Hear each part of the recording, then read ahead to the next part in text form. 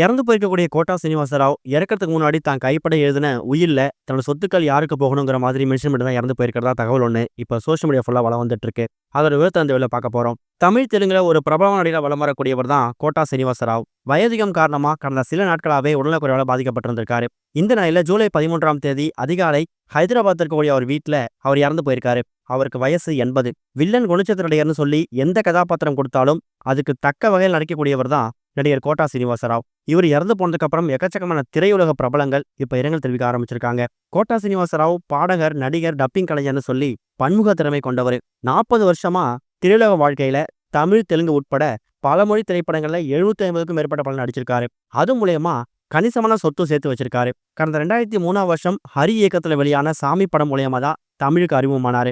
அதுக்கப்புறம் சனியன் சகடை அப்படின்னு சொல்லக்கூடிய ஒரு கதாபாத்திரத்துல திருப்பாச்சி படத்தில் நடிச்சிருந்தாரு. தெலுங்குல மட்டும் இல்லாம தமிழ்லயுமே இவருக்கு எக்கச்சக்கமான ஆடியன்ஸ் இருக்காங்க.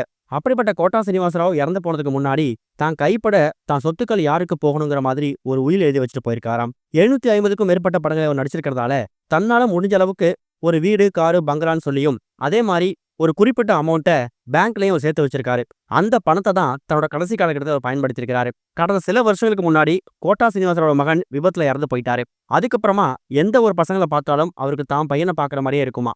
அந்த ஒரு காரணத்தால தன்னோட உயிரில் அவர் எழுதக்கூடிய விஷயம், தான் சம்பாரிச்ச சொத்துக்கள் தனக்கு போக மீதிய ஒரு பகுதியை தான் குடும்பத்துக்காகவும், அது போக ஒரு குறிப்பிட்ட தொகையை ஆதரவற்ற இல்லங்களுக்கு, குறிப்பா படிக்கிறதுக்கு ஆர்வம் இருந்து படிப்புல நல்லா கவனம் செலுத்தி படிக்கக்கூடிய மாணவர்கள், ஆனா பொருளாதார சூழ்நிலையால காலேஜ் ஃபீஸ் கட்ட முடியல, மேல் படிப்பை படிக்க முடியல அப்படின்னு சொல்ற நபர்களுக்கு இவரு உதவி செஞ்சு வந்திருக்காராம். தான் இறந்து போனதுக்கு அப்புறமும் கூட தன்னோட பெயர்ல ஒரு குறிப்பிட்ட அமௌண்ட் தான் சொத்துல இருந்து படிக்கக்கூடிய கஷ்டப்படக்கூடிய மாணவர்களுக்கு போகணுங்கிற மாதிரியும், எக்கச்சக்கமான முதியோர் இல்லங்களுக்கும் பல நன்கொடைகள் கொடுக்கணுங்கிற மாதிரி தான் அவர் எழுதி வச்சுட்டு போயிருக்காராம். இதை பார்த்ததுக்கு அப்புறமா எக்கச்சக்கமான திரை பிரபலங்கள் கோட்டா சீனிவாசராவுக்கு வாழ்த்துக்கள் தெரிவிக்க ஆரம்பிச்சிருக்காங்க.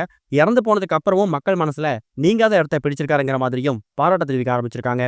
இது ஒரு பக்கம் இருக்க, பிரபலமான நடிகர் இருக்கக்கூடிய சிவராஜ்குமார் தான் புற்றுநோயிலிருந்து மீண்டு வந்ததை ஒரு ஆவணப்படமா எடுக்கணுங்கிற மாதிரி அவரே முடிவு பண்ணியிருக்காரு. திரையுலகத்துல கடந்த 30 வருஷத்துக்கு மேலா சிவராஜ்குமார் நடிச்சு வந்துட்டு இருக்காரு.